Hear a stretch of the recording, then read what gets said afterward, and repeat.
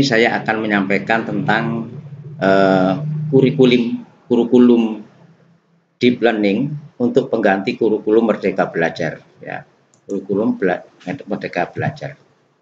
Nah,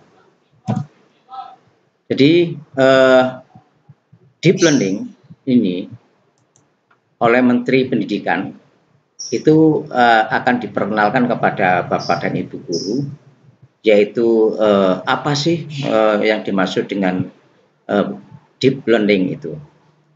Jadi dari deep learning ini adalah sebagai bagian dari kecerdasan buatan yang berfokus pada mesin belajar dan data. Nah, Bapak dan Ibu, untuk di deep learning ini, ya, deep learning ini didukung oleh 3 pilar, ya, yaitu mindful learning, kemudian meaningful learning, dan joyful learning. Yang mindful learning ini pembelajaran yang penuh perhatian dan reflektif. Sedangkan yang meaningful learning adalah pembelajaran yang menghubungkan materi dengan pengalaman dan pengetahuan yang sudah dimiliki siswa. Jadi kalau dulu itu bisa dikatakan sebagai apersepsi, Bapak Ibu, ya. Apersepsi menghubungkan antara materi yang sudah diterima siswa dengan materi yang akan disampaikan. Dan yang ketiga adalah joyful learning. Joyful learning ini adalah pembelajaran yang menyenangkan, yang stimulasi rasa ingin tahu siswa. Ya, nah, itulah 3 pilar yang ada di deep learning. Nah, sedangkan sekarang pilihan yang pertama, mindful learning, yaitu pembelajaran sadar. Pembelajaran yang fokus pada dan penuh perhatian. Siswa belajar dengan sadar dan terlibat sepenuhnya dalam kegiatan pembelajaran. Nah, sekarang mengapa mindful learning penting untuk guru? Karena membantu siswa untuk lebih fokus dan mengajarkan pentingnya hadir dalam setiap momen pembelajaran, ya. Jadi ini tatap muka, Bapak Ibu, ya. Dan siswa dapat benar-benar mengerti apa yang dia pelajari. Ini yang dimaksud dengan mindful learning. Nah, kemudian mindful learning ini, yang sadar ini, yang berikutnya kedua itu meaningful learning. Meaningful learning ini adalah pembelajaran yang mengaitkan informasi baru dengan pengetahuan dan pengalaman yang sudah dimiliki siswa.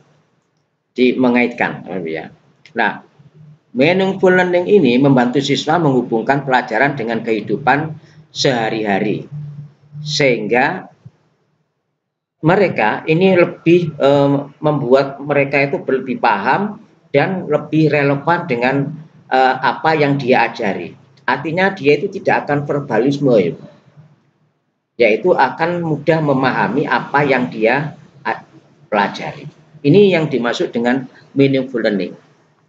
Sedangkan prakteknya di dalam kegiatan yang ada di kelas, meaningful learning ini contohnya adalah menggunakan contoh dunia nyata, seperti mengajarkan konsep matematika, ya. Nah, dihubungkan dengan konsep nyata yang ada di ruangan itu. Contohnya saja kalau mau bangun-bangun, ya Bapak, ya. Di kelas itu bangunnya katakanlah bangunnya seperti balok, seperti kubus. Nah, mana sisinya, mana titik sudutnya, mana rusuknya. Jadi ini termasuk menggunakan benda-benda yang ada di sekitar siswa, atau mengukur panjang meja dan seterusnya, ya. Ini adalah meaningful learning. Sedangkan menggunakan proyek, yaitu menghubungkan pelajaran dengan dunia luar, seperti membuat proyek kelompok tentang cara kerja mesin sederhana, apa saja. Itu adalah meaningful learning. Berikutnya, joyful learning. Joyful learning ini adalah pembelajaran yang menyenangkan. Artinya, pembelajaran dilakukan dengan cara menyenangkan, kreatif, dan melibatkan rasa ingin tahu siswa. Mengapa joyful learning itu penting untuk guru? Karena akan meningkatkan motivasi siswa untuk belajar dan membantu siswa dalam menikmati proses belajar, sehingga mereka terlibat dan tertarik akan apa yang ia pelajari. Seperti itu, Bapak.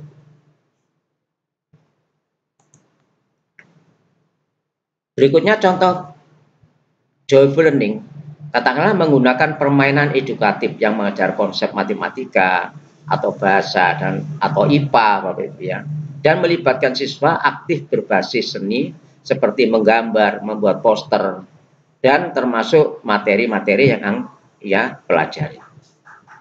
Jadi joyful learning ini tujuannya adalah pembelajaran yang menyenangkan, Bapak Ibu. Nah, sekarang untuk mengintegrasikan 3 pilar dalam kurikulum deep learning, katakanlah untuk SD, SMP, ya, SMK, ini akan memberikan siswa kesempatan untuk fokus pada tugas sederhana menggunakan alat seperti aplikasi atau perangkat yang mudah dipahami untuk mindful learning. Sedangkan mindful learning ini juga melibatkan siswa dalam percakapan yang memungkinkan mereka memahami dan mereka pelajari dengan lebih dalam.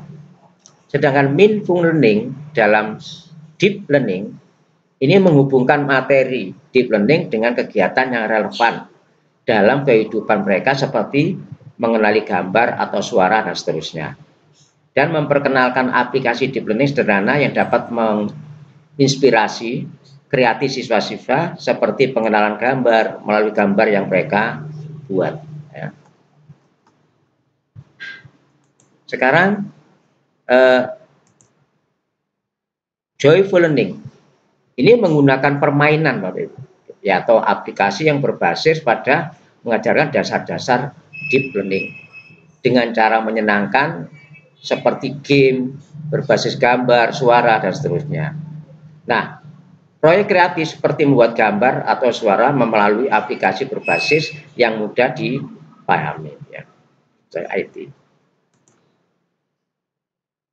Nah, jadi Bapak dan Ibu, itu tadi adalah kaitannya antara 3 pilar kurikulum deep learning. Sedangkan struktur kurikulum deep learning untuk kelas ini adalah mindful learning itu fokus pada pengenalan konsep dasar, sedangkan mindful learning ini menyambungkan dengan penggunaan teknologi dalam kehidupan sehari-hari seperti smartphone, tablet, dan seterusnya. Ya. Sedangkan modul pengenalan jaringan secara buatan, mindful learning ini mengajarkan konsep dasar jaringan secara sederhana, sedangkan mindful learning menggunakan contoh seperti pengenalan wajah atau suara pada perangkat pintar. Sedangkan joyful learning ini aktivitas interaktif seperti menggunakan aplikasi pengenalan gambar sederhana. Ya. Nah, itu Bapak Ibu sedikit yang pengenalan apa sih apa yang disampaikan oleh Menteri Pendidikan kita yang baru, yaitu bahwasanya kurikulum yang akan datang itu lebih pas, lebih bagus kalau menggunakan deep learning tadi yang didukung oleh 3 pilar. Itu yang bisa saya sampaikan. Akhirnya wassalamualaikum warahmatullahi wabarakatuh.